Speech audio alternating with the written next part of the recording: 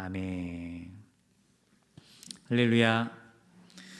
오늘도 함께 모여서 우리가 말씀을 듣고 기도할 수 있는 것이 주님의 은혜임을 고백합니다.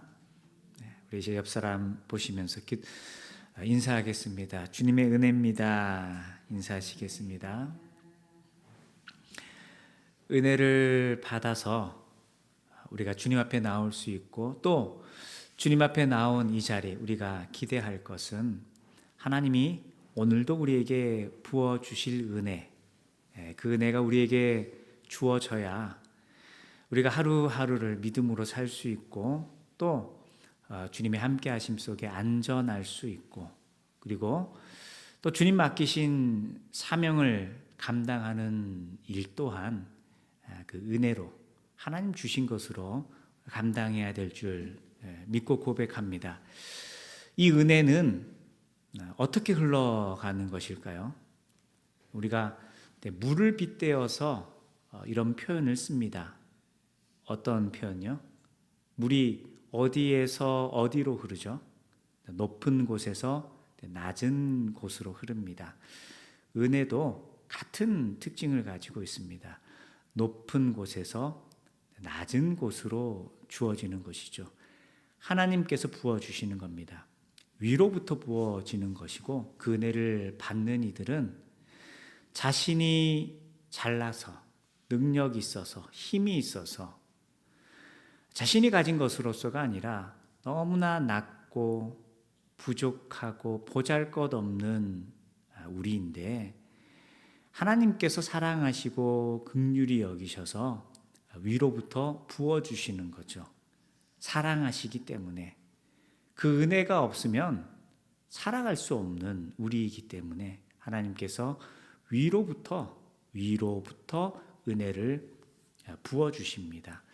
그래서 저와 여러분이 그 은혜를 받아서 하나님의 자녀로 살아가고요. 또 하루하루 살아갈 때도 마찬가지입니다.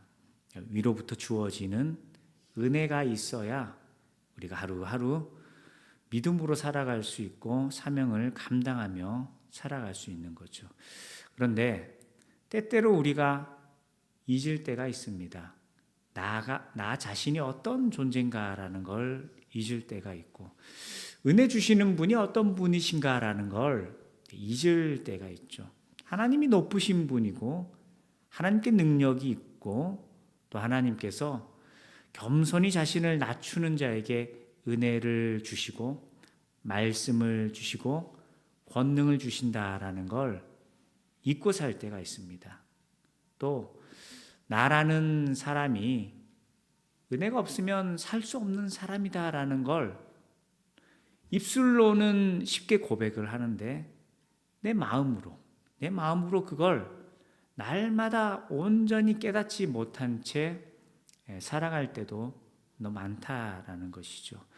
그러다 보면 세상을 살면서 육신이 앞서버리고 또 자기 생각이 앞서버리고 우리 마음이 높아져 버려서 은혜는 높은 곳에서 낮은 곳으로 흘러야 하는데 우리가 높아져 있어 버리니 하나님께서 주신 은혜가 나에게로 온전히 주어지지 못할 때가 많다라는 거죠. 본문 속의 바리새인들이 그러합니다. 은혜 없이 살아갈 수 없는 이스라엘, 또 그 이스라엘 안에서 그들이 종교 지도자이든지 권세자이든지 어떤 직분을 맡았든지 차이가 없죠. 왕이든 제사장이든 선지자든 또 평민이든 노예이든 하나님 앞에서는 다 낮은 자들입니다. 은혜가 없으면 살 수 없는 자들입니다. 그런데 어느 순간 유대인들 그 속에서도 더 낮아지고 더 겸손해져서 더 기도하며 주님을 의지해야 되는 종교 지도자들이 변질되어 버린 거죠. 왜 변질되어 버렸느냐? 바리새인들은 원래 하나님 말씀 앞에 결단하고 말씀대로 죽고 살겠다라는 그런 거룩한 열정을 가지고 주의 말씀을 따랐던 이들이었습니다. 그런데 그들의 그런 거룩한 열심이 거룩한 것이 아니라 인간적인 열심으로 바뀌어버린 거죠. 거룩한 열심은 하나님 앞에 설 때마다, 말씀을 붙들 때마다 그 말씀 앞에 자신이 얼마나 연약하고 부족한 자인가라는 걸 계속해서 깨닫게 되는데, 인간적인 열심은 그 열심을 내면 낼수록 말씀을 깨닫고 그 말씀 앞에 자신이 어떤 사람인가라는 걸 바라보는 것이 아니라 자기가 수고하고 애쓴 것을 더 바라보게 된다는 거죠. 그러면서 스스로를 높이고 자신의 의가 가득 차고 또 은혜가 필요한 것이 아니라 이 사람들은 사람들의 인정, 또 사람들이 자신을 높여주는 것, 그것에 대한 갈망이 그들 속에 더 가득 차 버리게 되었다라는 거죠. 그런 상황 속에 그 바리새인들, 특별히 바리새인들 중에서도 오늘 본문에 어떤 사람이 나오죠? 1절에 바리새인의 지도자. 그 바리새인 그룹 가운데 이제 리더로 서 있던 바리새인의 지도자가 예수님을 초대하는 장면, 예수님이 그들과 함께 하시면서 일어나는 사건들이 기록되어 있습니다. 예수님께서 청함을 받으신 거죠. 예수님께서 먼저 가신 것이 아니라 바리새인의 지도자가 예수님을 초청하여서 예수님과 함께하는 시간을 갖게 됩니다.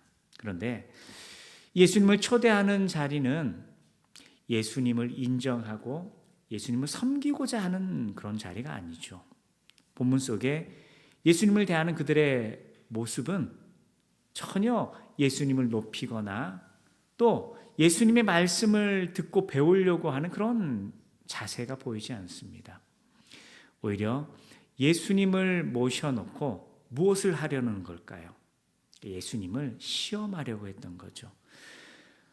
유대 공동체 속에서 계속해서 종교 지도자들을 또 바리새인들을 향하여서 책망하시고 또 가르치시는 그 예수님의 모습을 이제 고지 그대로 받아들이지 못했던, 예수님이 누구신지를 깨닫지 못하고 예수님의 권위 있는 말씀 앞에서 자신을 돌이키기보다 오히려 시기와 질투와 그리고 예수님을 대적하고자 하는 마음들이 앞서 있었던 바리새인들이었다라는 겁니다. 그래서 예수님을 초청합니다. 그리고 그 모임 속에 2절 말씀이죠. 수종병에 걸려있는 한 사람이 그 모임 속에 있었습니다. 수종병이라는 건 몸에 물이 차오르는 병입니다. 그것 때문에 몸이 부어오르는 병인데 오늘날 해석하기를 아마 신장에 문제가 있어서 그런 증상이 있지 않았나라고 해석을 합니다. 그러면서 갈증을 심하게 느끼고요. 그리고 그 갈증 때문에 물을 마시면 몸에 병이 더 악화되는 그런 악순환이 주어졌던 병입니다. 이 사람을 보고서 예수님께서 바리새인들에게 물으십니다. 안식일에 병 고쳐주는 것이 합당하냐 그렇지 않느냐. 자, 안식일에 초청을 받고 병든 사람을 보고서 예수님께서 긍휼히 여기시고 고치시려고 할 때에 고치시기에 앞서서 바리새인들에게 다시 물으시는 거죠. 안식일인데, 오늘이 안식일인데 지금 병든 이 사람을 고치는 것이 옳은 것이냐 그런 것이냐라고 먼저 묻습니다. 사실 이건 바리새인들이 파놓은 함정입니다. 예수님께서 연약한 인생, 병든 자들, 이들을 외면하지 않으신다라는 것을 잘 알고 안식일에 일부러 예수님을 초청하고 또 그 모임 속에 병든 사람을 놓았던 거죠. 그리고서 예수님께서 안식일에 병 고치시는 그 장면을 책 잡으려고. 왜요? 안식일에 일을 하면 안 되는데 사람을 고치는 것조차 노동이다라고 해석을 해서 그 연약한 인생, 불쌍한 인생을 예수님께서 긍휼히 여기시고 고치시는 그 모습을 가지고서 예수님께서 안식일을 범하였다라고 책 잡으려고 준비한 그런 상황이었다라는 거죠. 모든 것을 아시고 예수님께서 병을 고치시기에 앞서서 그들의 의도를 너무나 정확하게 간파하시고 물으시는 겁니다. 안식일에 이 병든 사람을 고치는 것이 옳은 것이냐 옳지 않은 것이냐, 그들은 함부로 답하지 않죠. 왜냐? 예수님께서 함정에 빠지기를 원했다라는 겁니다. 그들이 잠잠하죠. 예수님께서 그 병든 사람을 데려다가 고쳐보내십니다. 그리고 그들이 미처 뭔가를 말하기에 앞서서 5절에 이렇게 말씀하십니다. 너희 중에 누가 그 아들이나 소가 우물에 빠졌으면 안식일에라도 곧 끌어내지 않겠느냐라고 그들이 예수님의 행동에 대해서 책잡기에 앞서서 예수님께서 행하신 일들이 하나님 앞에서 어긋난 일이 아니고 안식일을 범한 일이 아니라 하나님 앞에서 마땅히 해야 할 일이다라는 것을 먼저 말씀하셨다라는 거죠. 그렇죠. 예수님께서 그들이 함정을 파놓고 예수님을 책잡으려고 했던 안식일의 규례를 가지고서 예수님을 공경에 빠뜨리려고 했던 그 상황 속에 오히려 예수님께서 말씀하시는 거예요. 안식일의 규례 때문에 병든 사람을 외면하는 것이, 그것이 과연 하나님의 뜻이겠느냐라는 거죠. 너희들이 안식일에 자신이 기르는 가축이 공경에 처해 있다 하더라도 건져내는 것이 마땅한 일일 것인데, 어찌 하나님의 백성이 어려움 가운데 처해 있는데 그 사람을 나을 수 있게 하는 것이, 그것이 범죄하는 일이겠냐라고 반문하시는 거죠. 곧 이것을 가지고 예수님 무엇을 말씀하십니까? 안식일의 정신이라는 것, 규례라는 것, 율법의 의미라는 것은 보여지는 단순한 행동, 그 행위에 있지 않다라는 거죠. 안식일의 참된 정신은 하나님께서 만물을 창조하시고 그의 통치를 인정하고 고백하는 것입니다. 안식일에 병든 사람을 보고서 하나님의 긍휼이 주어지고 하나님의 치유가 주어지고 하나님께서 그 생명을 온전케 하시는 것을 기대하고 소망하며 그 인생을 돕는 것은 안식일의 규례를 벗어나는 것이 아니다라는 것이죠. 이걸 통해서 예수님께서 더 깊이 그들에게 전하고자 하고 싶으셨던 건 율법, 겉으로 어떤 행위를 통해서 그 율법을 지켜간다라고 생각하는 그들에게 율법의 표면적인 내용보다 더 중요한 것은 율법의 정신이고 율법의 의미에 있다라는 것을 말씀하신다라는 거죠. 그런데 바리새인들에게 있어서 율법이란 어떤 것이었을까요? 율법을 지킵니다. 그러나 그 율법을 지키는 행위, 그 과정이 하나님의 뜻을 깨닫고 하나님의 의도를 깨닫고 하나님의 마음에 합한 사람이 되기 위해서 자기 자신을 쳐서 낮아지고 또 그 말씀 앞에 굴복하는 것이 아니라, 야, 너희들은 이 하나님의 말씀을 온전히 지키지 못하지 나는 충분히 절제하고 나는 능력이 있어서 내가 이 말씀을 온전히 나는 지킬 수가 있어. 자신을 자랑하고 드러내고 또 그것이 자신의 의의가 되어서 다른 사람들 앞에서 자신을 높이고 하나님 앞에 스스로 자신이 상받을 자인 것처럼 드러내는 것, 즉 율법이 자신을 다스리는 도구가 아니라 자신을 높이는 도구가 되었다라는 거죠.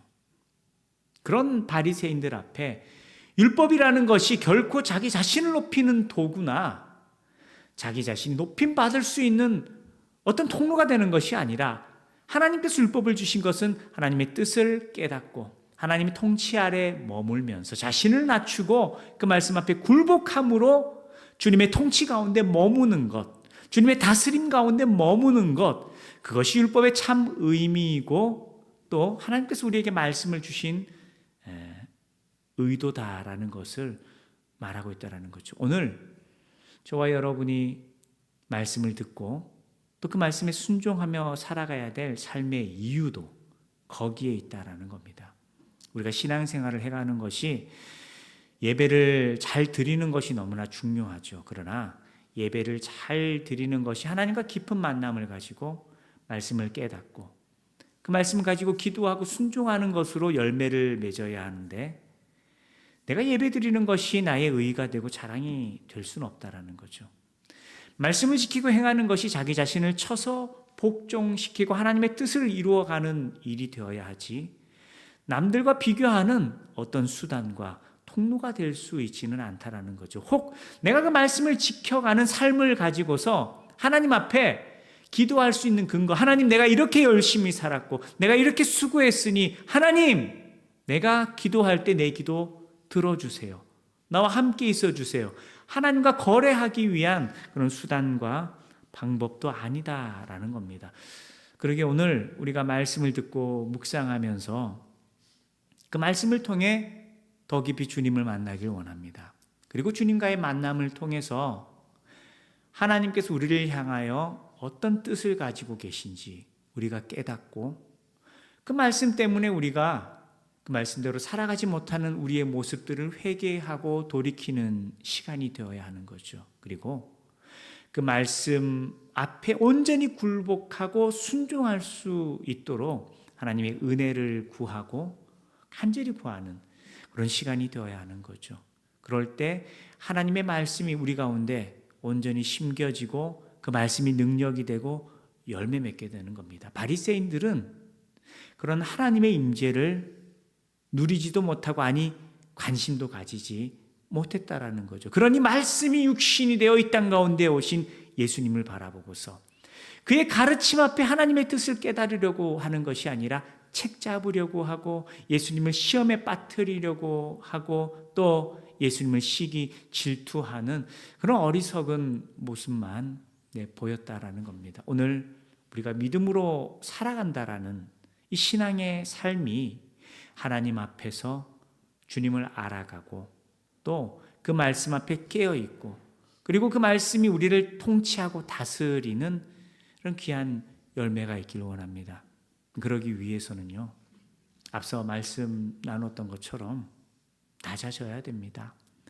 은혜는 위로부터 아래로 흐르는 것이고요. 말씀 또한 그렇게 위로부터 주어져서 우리 심령 가운데 쌓일 때에 비로소 우리 가운데 그 말씀이 힘이 되고 생명이 되고 능력이 되는 것이죠. 그래서 그 뒤에 말씀들이 이어지는 겁니다. 예수님께서 7절부터 청함을 받은 사람들이 어떤 자리를 원하고 있다라고 하시죠?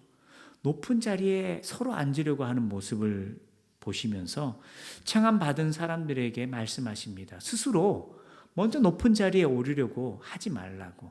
그 잔치 자리에 자신이 내가 여기 있을 만하다 싶어서 앉아 있을 때에 자기보다 더 높은 사람이 오면 어쩔 수 없죠. 자리를 내어 놓아야 되는 거죠.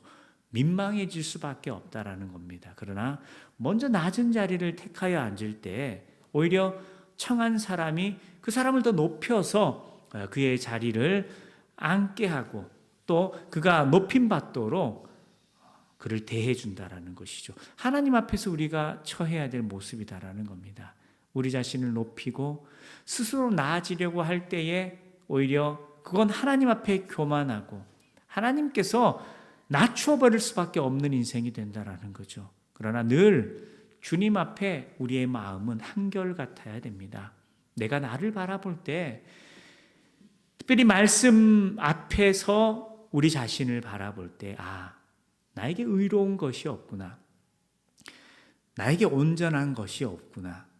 끊임없이 하나님 앞에서 자신을 낮추고 겸손해질 때 우리를 높이시는 분이 계십니다. 하나님께서 우리를 높여주시는 겁니다. 그런데 이유가 있어요. 왜냐? 높임 받을 만하기 때문에 높이시는 것이 아니라 우리가 낮아져 있을 때 그 낮은 곳으로 흐르는 은혜 때문에 예수님 때문에 그 아들 때문에 하나님께서 우리를 높이시고 인정하신다라는 거죠. 그래서 저와 여러분이 늘 겸손하고 낮은 자, 갈급한 심령 가지고서 주님 앞에 머무는 인생이 될 때 하나님께서 우리에게 우리가 뭔가 높임 받을 만한 부분이 있어서가 아니라 우리는 끝없이 낮아져도 우리가 가진 죄 또 우리의 연약함에 비할 바가 아니지만 예수님 때문에 우리에게 주어진 은혜 때문에 하나님께서 우리를 인정하시고 우리를 긍휼히 여기시고 높이시고 주님과 함께 영광 받도록 하신다라는 겁니다. 그래서 언제나 주님 앞에서는 자기 자신을 낮추되 또 그 이름을 의지하여서 우리에게 주어진 은혜를 힘입어서 하나님 앞에 서야 하는 거죠. 그리고 더 고백하는 겁니다. 주님, 저는 은혜 없이 살 수 없습니다. 스스로 살아갈 수 없는 인생입니다. 나에게 의로운 것이 없고 나에게 소망이 없습니다. 나에게 힘과 지혜가 없습니다. 주님, 나를 긍휼히 여겨주세요. 불쌍히 여겨주세요. 그럴 때 하나님께서 너무 기뻐하시는 거죠. 스스로를 낮추면서 자신에게 소망이 없다라는 것, 자신이 죄인이다라는 것을 깨닫고서 주님 앞에 한없이 낮아지려고 하는 그 인생을 하나님께서 긍휼히 여기시는 겁니다. 왜냐? 그가 철저히 자신의 연약함 속에 그러나 예수님 붙들고 기도할 때, 예수님 붙들고 주님을 찾을 때 하나님께서 그 믿음을 인정하시어서 그 예수님 때문에 그 인생을 기억하시고 함께 하시고 더 큰 은혜를 부으시고 권능과 지혜로 채우시고 약속하신 성령으로 충만케 하시어서 존귀하게 쓰임받도록 주님께서 역사하신다라는 겁니다. 오늘 이 철야의 시간도 주님 앞에 더 낮아지는 시간, 그러나 그저 절망 가운데 헤어나지 못하는 그런 무기력함이 아니라 주신 은혜를 의지하여서 예수님의 이름을 힘입어서 주님 앞에 나온 자들이 되어 하나님께서 높이시고 하나님께서 부어주시고 하나님의 역사하시어서 온전케 되고 새 힘을 얻는 저와 여러분 되기를 주님의 이름으로 축원합니다. 또 짧게 마지막 말씀, 예수님께서 청하는 자들에게도 말씀하시죠. 서로 갚을 것이 있는 자들을 청하지 말라라고 하십니다. 그거 뭐냐? 자신에게 이익이 될 만한 사람들. 그래서 내가 무언가를 베풀면 또 나에게 뭔가 베풀 수 있는 사람. 그건 거래하는 거죠. 나에게 갚을 것이 없는 사람. 그러나 사랑하고 긍휼히 여겨서 베풀 때 하나님께서 그 인생들 가운데 채우시는 역사를 허락하신다라는 겁니다. 이건 공동체에게 주시는 말씀이죠. 우리에게 주어진 은혜, 우리가 그 은혜를 힘입어서 하나님 앞에 온전케 된 자들입니다. 교회가 하나 되어서 서로를 바라볼 때 이해의 관계가 아니라 뭔가를 얻을 수 있기 때문이 아니라 은혜 받은 자로서 누군가에게 은혜를 베풀고 마음과 뜻과 힘을 다하여서 하나님을 사랑하며 또 어떻게 하라고요? 이웃을 내 몸과 같이 사랑하라.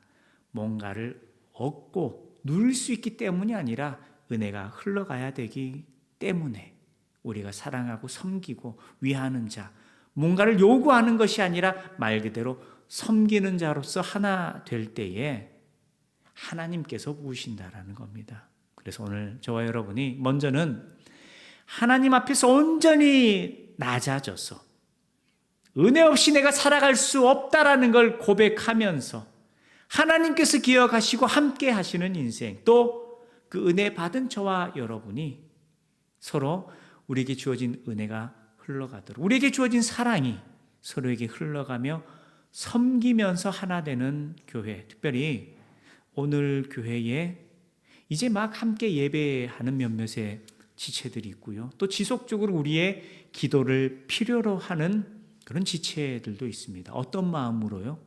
뭔가를 얻고자 하는 마음이 아닌 거죠. 섬기고 위하고 우리에게 주어진 은혜가 또 흘러가도록 기도하고 중보하며 하나 될 때에 하나님께서 그 섬김 가운데 역사하시고 함께 하시고 주의 몸된 교회가 주님의 은혜와 사랑으로 더욱 굳게 설 수 있도록 하나님 역사하신다라는 겁니다. 이 밤에 이 말씀을 통하여서 우리가 다시 한번 고백하며 그리고 결단하고 기도하기를 원합니다. 주님 앞에 더 낮아지는 인생 되게 하시고 그 낮은 곳으로 주님의 은혜를 흘러보내 주세요. 주님, 우리에게 소망이 없다라는 것을 고백하며 그러나 우리에게 주어진 것 예수님 이름만 붙들며 주님 앞에 섭니다. 우리를 긍휼히 여기시고 우리와 함께하여 주시옵소서. 스스로 살아갈 수 없는 그 인생 가운데 하나님께서 함께 하셔서 하나님 주신 은혜로, 말씀으로, 주의 성령으로 굳건히 설 수 있는 교회가 될 수 있도록, 가정이 될 수 있도록 우리의 자녀들이 되게 하여 주옵소서. 또 연약한 인생들을 위해서 기도하고 중보합니다. 또 그들을 섬기는 자들이 되도록 우리를 사용하여 주시고, 주님, 교회가 서로 하나 되고 또 그 섬김과 연합 속에서 하나님 행하시는 일들을 우리가 목도하고 누릴 수 있도록 함께하여 주시옵소서. 우리가 주신 말씀을 기도하면서 같이 기도하기를 원합니다. 이 시간 주님, 우리 가운데 하나님의 함께 하심 있기를 원합니다. 그 주님의 임재 속에 우리가 더욱 낮아지게 하여 주시고 그 낮은 곳으로 주의 은혜 부어 주십시오. 예수 이름 붙들고 주님을 찾게 하여 주시옵소서. 기도하게 하여 주시옵소서. 그리하여 그 교회 가운데 하나님이 더욱 함께 하시고 역사하심을 목도하고 누리게 하여 주시옵소서. 같이 주여 부르시며 기도하시겠습니다. 주여